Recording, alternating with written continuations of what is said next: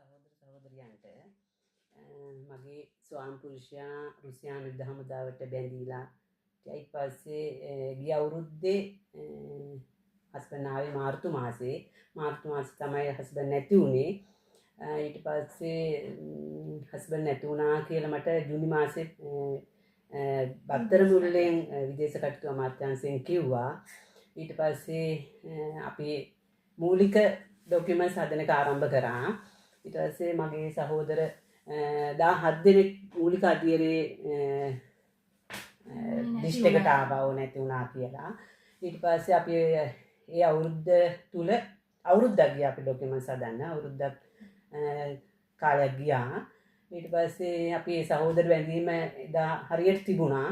අපි ප්‍රූෆ් එකක් හදාගෙන ඒ ටික කරගත්තා. ඊට පස්සේ අපි ඩොකියුමන්ට්ස් බාර දුන්න බත්තර මුල්ලට. බාර දීලා අවුරුද්දක් ගියා කිසිම තොරතුරක් නැහැ. අපි හැමතිස්සෙම බත්තර මුල්ලත් එක්ක ගිහිල්ලා කතා කරා. කන්සියුලාන්සේ අපිට යන්න දෙන්න, අපි මේ ටික කරලා දෙන්න. අපි මෙහෙම ණය වෙලා හස්බන්ඩ්ලා ණය වෙලා රට ගියේ. එහෙම කියලා පෙන්ෂන් එක පවා නැති වුණා. පෙන්ෂන් එක පවා නැති හෝල්ඩ් කරා. ඊට පස්සේ අපි සෑහෙන දුකක් වින්දා. ඊට පස්සේ අවුරුද්දක් කිසිම දෙයක් වුනේ නැති නිසා අපි 4 දෙනෙක් මාත් එක්ක තව 3 දෙනෙක් ආවා. ඒ අපි 4 දෙනාම මොන වුණත් කමන්නේ අපි යනවා කියන මතේ හිටියා. මම නම් ඇත්තට මගේ රත්තරන් බට් ටික විකුණලා මම පදින බයික් එක විකුණලා තමයි මම මේ ගමන ආවේ. ලක්ෂ මම 7ක් විතර අතේ අරගෙන ආවා. ඊට පස්සේ අපි 4 දෙනාත් එක්ක ඇවිල්ලා ඇත්තටම අපිට කිසිම කෙනෙක්ගෙන් උදව්වක් තිබුණේ නැහැ. අපිට අපි බත්තර මේ බොරැල්ලේ එම්බසියට ගිහින් රුසියානු එම්බසියට ගිහිල්ලා වීසා ගහගත්තා. ඇත්තට මේක අපිට නොමිලේ කරලා දුන්නා. ඊට පස්සේ අපි 4 දෙනා මෙහි එයාපෝට් එකට ඇවිල්ලා බැස්සා. කිසිම හවුවරණක් නැහැ. අපේ හිතවත් කෙනෙක්ගේ මාර්ගයක අපි ගෙදරකට ආවා. ඊට පස්සේ එහෙම ඇවිල්ලා අපිට ඒ වෙලාවේ පොඩ්ඩ උදව්වක් කරා. ඉතින් ඊට පස්සේ අපි කිසිම භාෂාවක් කිසිම දෙයක් දන්නේ නැහැ. කොහෙන්ද ආවේ මොකද කරන්නේ කියලා. ඊට පස්සේ අපි 4 දෙනා ගෙදරකට ගියා. ගිහිල්ලා ඊට පස්සේ අපි මෙහි එම්බසියේ අපේ ලංකාවේ එම්බසියට කතා කරා. තාම අපිට කිව්වා එන්න ඕගොල්ලන්ගේ account open කරන්න ඕන. ඊට පස්සේ අපි ගිහිල්ලා අමිල මහත්තයා හම්බෙලා account open කරා. ඊට පස්සේ අපේ කිව්වා account open කරාම ඒවත් එක්ක system දානවා. අපේ ෆයිල් බාර දෙනවා මෙහි MOD එකට කියලා. ඊට පස්සේ මාසයක් ගත වුණා. කිසිම දෙයක් නැහැ. ඊට පස්සේ මගේ මාත් එක්ක ආපු සහෝදර අක්ක කෙනෙක්ගේ හස්බන්ඩ් එක්ක හිටපු සහෝදරයෙක් අපිට කතා කළේ ඕගොල්ලෝ එන්න ඇවිල්ලා ඕගොල්ලන්ට උදව් කරන්නම් කියලා. ඒ සහෝදරිය තමයි ඉතින් කතා කරන්නේ ඉතුරු ටික. ඔව් මගේ මහත්තයාත් එක්කම ලංකාවේ ඉඳලාම තමයි මල්ලි මෙහි ආවේ. ඇවිල්ලා මගේ මහත්තයා නැති වුණා කියලා මට මල්ලි වේලාසනීය පණිවිඩය කිව්වා. ඒ උනට මම පිළිගත්තේ නැහැ. ඊට පස්සේ විදේශ කටයුතු අමාත්‍යාංශයෙන් කිව්වට පස්සේ තමයි මමත් මගේ අනිත් අයට වගේම 17 දෙනාගේ නම් ලියස්තුවට මගේ මහත්තයාගේ නම ඇතුළත් වුණා. ඊට පස්සේ අපි රුසියාවට ඇවිල්ලා කොහොම හරි ඒ මල්ලි එතකොට ලුහාන්සල හිටියේ. අපි ඇවිල්ලා මාස 1කමාරක් ගියාට පස්සේ තමයි අපි මෙහි මොස්කව් වලට ඇවිල්ලා මාස 1කමාරකින් තමයි මේ මල්ලි ලුහාන්සල ඉඳලා ලිපිට්ස් වලට ආවේ. මගේ මහත්තයාත් එක්කම එකට බඳවා ගැනීම කාර්යාලය ලිපිට්ස් වල තියෙන්නේ. මමත් මේ අනිත් සහෝදරිය 3 දෙනා අපි ලිපිට්ස් වලට ආවයි. මල්ලි ආවට පස්සේ එතකොට මාස 1කමාරක් කියන්නේ කිසිම දෙයක් අපිට රාජතාන්ත්‍රිකව කරනවා කියලා හැම උනේ නැහැ. කිසිම දෙයක් උනේ නැහැ. ඒ හින්දා තමයි අපි ක්‍රියාත්මක වුනේ. ඊට පස්සේ අපිට ඩොකියුමන්ට්ස් මුකුත්ම නැහැ. අපේ ආගියටක් නැහැ. අන්තිමට ලංකාවෙන් අපිට ගෙන්න ගන්න සිද්ධ වුණා. සියලුම දේවල් ආයේ ලංකාවෙන් අලුතෙන්ම හදවන්න වුණා. ලොකු වියදමක් දරන්න වුණා.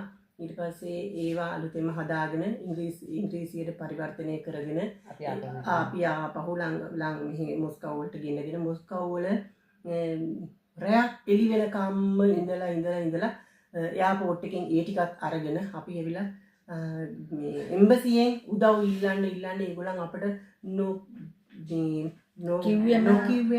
කියලා දෙයක් නැති වුණා. අන්තිමට අපෙන් තියෙන පුදුම කරදරයක් කියන වචනේ ඒගොල්ලෝ කිව්වා.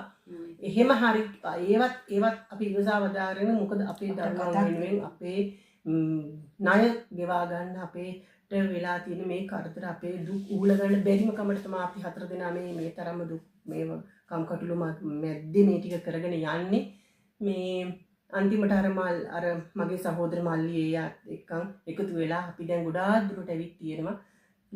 ඇත්තටම ඕගොල්ලන්ට කියන්න තියෙන එකම දේ තමයි හොරුන්ට නම් අහුවෙන්න එපා. දැනට ක්‍රියාත්මක වෙනවා ජාවාරම්. ගොඩාක් ජාවාරම් අපි දන්න තරමින් ඒවා පොලිසිය වලට දැන් වෙන රටවල් වලාය මේ ලෝයර්ස්ලා මාර්ගයෙන් ඒවා කරගෙන යන්න ගිහිල්ලා ඒවා නඩු මාර්ගයට ගිහිල්ලා තියෙනවා අහු වෙලා තියෙනවා. ලංකාවේ නඩු පවරලා තියෙන ලංකාවේ දැන් කට්ටිය ඒ වගේ අහු වෙන්නේ යනවා කියලා හරියට එහෙම කතා පැතිරෙනවා කියලා දන්නවා. අපිත් එක්කම වගේ අපිට සතියකට ඉස්සෙල්ලා තව 4 දෙනෙක් ආවා. ඒ 4 දෙනාට කිසිම දෙයක් රාජතාන්ත්‍රිකව කෙරෙනවා කියලා ඒගොල්ලන් බලාපොරොත්තුෙන් එම්බසිය මාර්ගයෙන්ම කෙරෙයි කියලා බලාපොරොත්තුෙන් account open කළා පමණයි. කිසිම දෙයක් උනේ නෑ. ඒගොල්ලන් එක්කෙනෙක් දැන් මුදල් ලැබුණා කියලා තොරතුරු ලංකාවට ප්‍රචාරය කරනවා අමූලික බොරු. එහෙම දෙයක් නම් උනේම නැහැ. කිසිම කෙනෙකුට ලංකාවේ කියන කිසිම කෙනෙකුට කිසිම වන්දි මුදලක් මේ වෙනතුරු මේ රුසියාවෙන් ලැබිලා නැහැ. දීලා නැහැ. ඒක අපි හොඳාකාරවම දන්නවා. ඒ නිසා කිසිම දෙයකට කිසිම කෙනෙකුට තොරතුරක් දෙන්න එපා. කිසිම ඩොකියුමන්ට්ස් එකක් එවන්න එපා. මගේ තවත් සහෝදරියගේ අපි දෙන්නෙක්ගේ මේ ඩොකියුමන්ට්ස් ඔරිජිනල් ඒවා තියෙනවා පිට වෙලා එම්බසිය නෙවෙයි. නමුත් එම්බසියට එවපුවා අපි පණ යනකම් සල්ලි වියදම් කරන් දුක් විඳලා අඬ කොළඹ උදේ පාන්දර 2 ඉඳලා ඇවිල්ලා මේ හදාගත්ත ඩොකියුමන්ට්ස් ටික අපට ලැබුණේ අපේ අතට. ලංකාවෙන් ගෙනල්ලා තමයි අපි ගෙන්නගෙන තමයි ඔක්කොම ඩොකියුමන්ට්ස් හදාගත්තේ. ඒක හින්දා ඒ වගේ හොරුන්ට අහුවෙන්න එපා. අපි પાස්පෝර්ට් කොපි ඉල්ලනවා. නමුත් වැඩ මෙහි කරනවා. අනිවාර්යයෙන්ම කරනවා. කරගන්න පුළුවන්. ඕ කට්ටිය ඇවිල්ලා හොරුන්ට අහුවෙන්නේ නැතුව ඕ කට්ටිය ඇවිල්ලා ඕ කට්ටිය කරගන්න. මොකද හේතුව කිසිම කෙනෙක් ඩොකියුමන්ට්ස් ඉල්ලුවට දෙන්න එපා. මේ හරියට හොර වැඩ වෙනවා. ඔයාලට කියන්නේ දන්න එක්කෙනෙක් එක්ක මේ ඔයාලගේ වැඩ කටයුතු කරගන්න කියලා ඇවිල්ලා. ඔයාලා නැතුව කවදාවත් කිසිම කෙනෙකුට මේ වන්දි මුදල් ලබා ගන්න බෑ. අනිත් එක මේවා අපිට මේ නොලඹෙන්නේ අනිවාර්යයෙන්ම දෙනවා. අපි දැනට මේ ලොකු වැඩ කොටසක් කරන් ගිහින් තියෙනවා. දැන් ඉතින් අවසාන මොහොතේ ඉන්නේ මේ රටේ પાස්පෝර්ට් එක පවා දැන් අපිට හදලා දීලා තියෙන්නේ. ගන්න අකුරටම බලනවා. සියලුම දේවල් අකුරටම බලනවා. අපේ එම්බසියෙන් නම් කිසිම සහනයක් නැහැ. බොරුවට දේවල් කියනවා. ලියුමක් ගන්න ගියා වුණා පුදුම කරදරයක්. දේවල් හදන්නත් නැහැ නේ. ලොකු දේවල් හදන්න නැහැ. ඔච්චර ලක්ෂ ගණන් වියදම් කරන්න ඕනේ නැහැ ලංකාවේ. අපි වියදම් කරවට ඔය ඔය එම්බස් මේ අපේ කන්සියුලරන්සෙන් ඉල්ලන ඩොකියුමන්ට්ස් මොනවත් ඕනේ නැහැ. මෙහෙම මොනේ උපැන්න සාතිකයි. කිසිම කෙනෙකුට උපැන්න සාතික කසාස් සාතික ඒ වගේ ඒ ටික විතරයි ඕනි. මේ ඔයාලා මේ හරිම කල්පනාවෙන් මේ වැඩ ටික කරගෙන යන්න.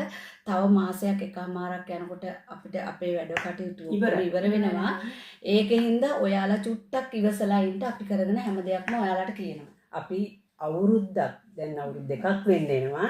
අපි සියලුම දේවල් කරගෙන ඉවසීමේ වැටි කරගත්තා. ඒ නිසා ඔයගොල්ලන්ගෙන් අවසානවට ඉල්ලන්නේ පොඩ්ඩක් ඉවසගෙන ඉන්න. අපි වැඩට කලබල වෙන්න එපා. අපි මෙච්චර කාල ඉවසුවා නම් ඔයගොල්ලන්ට තව චුට්ටි කාලයක් තව මාසයක් 2ක් ඉවසන්න වෙයි. ඒක අපිට දුකයි. ඉතින් අපේ සහෝදරියෝ අපි වගේ ඒ තත්ත්වෙටපත් වෙනවා. අපි කැමති නැහැ. දුක් විඳින්න එන්න එපා මේ රුසියාවට. එකම එක ඉල්ලීමේ කාගෙන් උදව් අරගෙන මේ දේ වන්දි මුදල් ලබා ගත්තත් කමක් නැහැ. හරි මාර්ගෙන්න ලක්ෂ 60ක් දීලා කරගන්න ඕනෙලු 130 අරගෙන කරගන්න පුළුවන්ලු. ඒ කිසි දෙයකට අහු වෙන්න එපා. කාටවත් ලක්ෂ 60 ඒවත් 130 ඒවත් දෙන්න අවශ්‍ය නැහැ. කාටවත් දුන්නෙත් නැහැ කාටවත්ම දෙන්න අවශ්‍යතාවයක් නැහැ. මේ දේවල් තමන්ම ඇවිල්ලා මේ MOD එකට ගිහිල්ලා කරගන්න පුළුවන්. ඒ හැම ක්‍රියාමාර්ගයක්ම ඕගොල්ලන්ට කියන්නම්.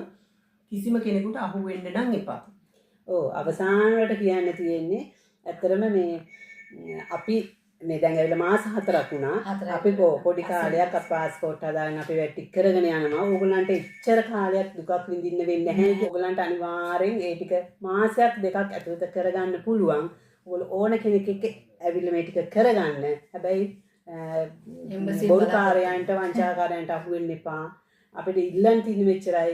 අපි ඕගොල්ලෝ එහෙම ආවොත් එහෙම වංචා කරලා අහු වුණොත් අපි නැති වෙලා තියෙන 100ද ඒ 100 දිනාට මේක නැති වෙනවා. ඒ නිසා ඉවසන්න. මෙහෙන් අනිවාර්යයෙන්ම මෙහෙ නීති තාදායි. ඒ නිසා අපි ඕගොල්ලන්ට අවසාන වර ඉල්ලන්නේ කලබල වෙන්න එපා කිසිම දෙයකට. එතකොට ඕගොල්ලන්ට ලේසි. මාස 2ක් ඇතුළත මේ දේවල් කරගෙන ඕගොල්ලන්ට යන්න පුළුවන්. බොරුකාරයන්ට අහු වෙන්න එපා. මේ හැම දිනාගෙන් බලාපොරොත්තු නැති වෙයි. එතකොට ඒ නිසා අවසානට ඉල්ලන්නේ ඕන කෙනෙක් එක්ක ඇවිල්ලා වැටි කරගන්න. හැබැයි ඉවසීමෙන් ඉන්න. මොන හදයක් වුණොත් කිසි කෙනෙකුට මේ දේවල් නැති වෙන්න පුළුවන්. ඔයගොල්ලන්ට අවසාන වර ඉල්ලන්නේ කලබල වෙන්න එපා කියන එක තමයි. අපි අවුරුද්දක් මහන්සියලා හදපු ලිපි ලේඛන අපි බත්තරමුල කන්සිල්ලාන්සේ හරහා මේ ලංකාව එම්බසියට එව්වා.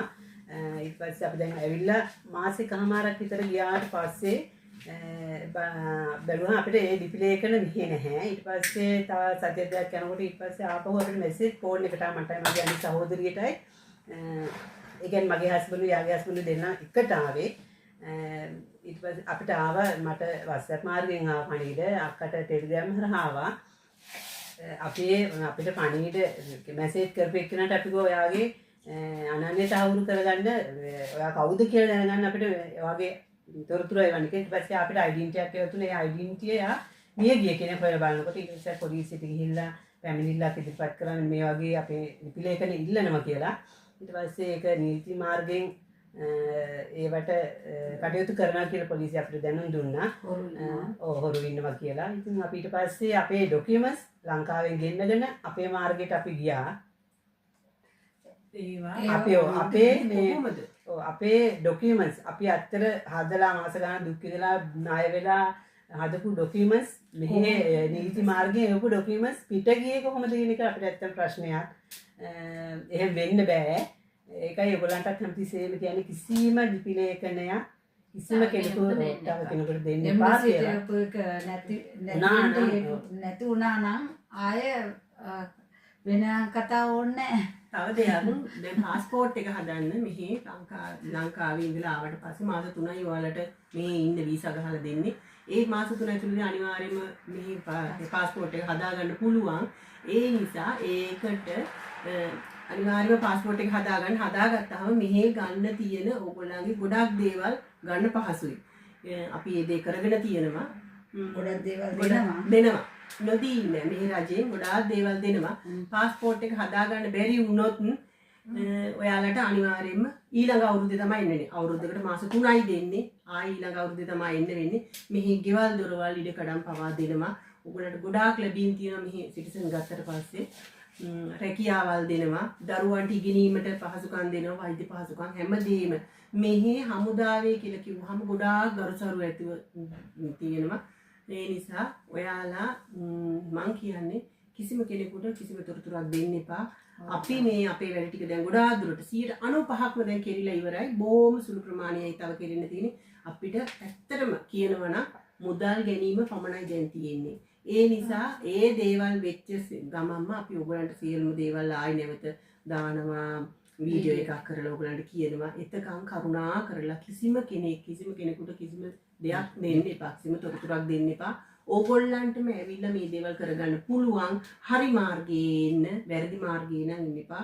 කිසිම කෙනෙකුට රුපියලක්වත් දීලා ඔය ලක්ෂ ගණන් ලක්ෂ 60 100ට 30 එහෙම දීලා එන්න නම් හදන්න එපා බොරුවට. අපේ මහත්තයලා මෙහි ඇවිල්ලා මෑරුනේ අපේ දරුවන් වෙනුවෙන් ඕගොල්ලන් සහෝදරිනි ඕගොල්ලන් වෙනුවෙන්. ඒ හින්දා ඒක තව කාටවත් රුපියලක්වත් දෙන්නේ ඇයි අපි හිත හයි කරගන්න පුළුවන් තරම් එන්න රුසියාවට එන්න උත්සාහ කරන්න. ලක්ෂ 5ක් 6ක් වගේ මුදලක් අරගෙන එන්න ලෑස්ති කරගන්න. එච්චරයි කොහොම හරි. ඒකත් අරගෙන ආවට පස්සේ මෙහි ඇවිල්ලා හරි මාර්ගයෙන් උගලන්ට සේලුම දේවල් කරගන්න පුළුවන්. කරුණා කරලා කිසිම හොරෙකුට හොවෙන්න එපා. මාසයක් ඇතුළත පාස්පෝර්ට් එක හදාගන්නත් පුළුවන්. අනිත් එක ඔයාලට වැඩි කාලයක් යන්නෙත් නෑ අපිට වගේ. මාස 2ක් විතර ඇතුළත නිවැරදි ලියවිලි අරගෙන වැඩ ටික කරගන්න පුළුවන්. අපේ පොඩ්ඩක් ඉවසලා ඉන්නනේ. අපේ ලිපි ලේඛන නැති හින්දා තමයි අපිට චුට්ටක් කරක් ගියා. තෙරුවන් සරණයි. තෙරුවන් සරණයි.